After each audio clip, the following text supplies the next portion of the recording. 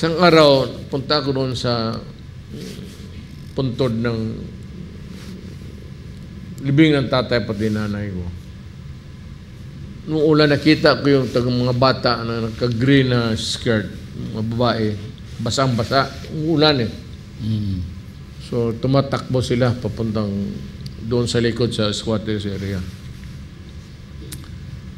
Sabi ko, saan kayo nag-aaral? Sabi na sa City High.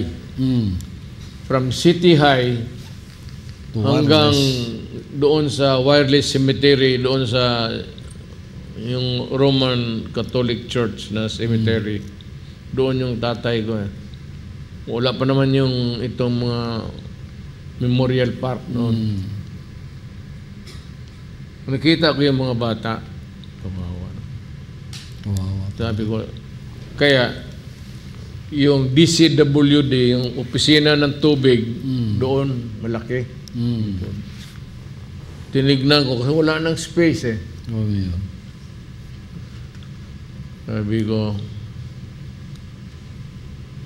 DCWD alika. Yung water management. Sirain mo yung building mo dyan, kay lagyan ko ng eskwelahan yan. Lagyan ko ng City High Extension.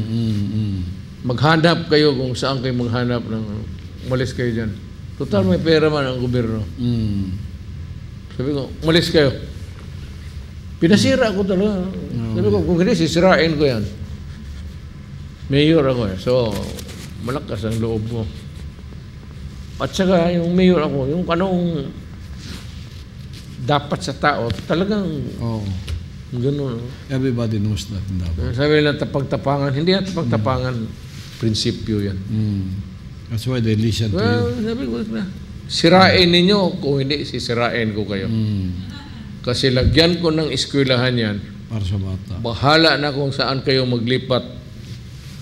Maghanap kayo, mag-squat kayo kung wala kayong mahanap dyan. Kung biro mo ang bata ng 2 kilo, 3 kilometro maglakad pa. Maglakad tapos basang-basa. Ngayon, sa likod diyang cemetery, may high school dyan. Good. That's why the people here loves you and they listen to you because it is always for the welfare and the good of our citizens here, Mayor. And that has been your legacy for all of these years, even when you became president.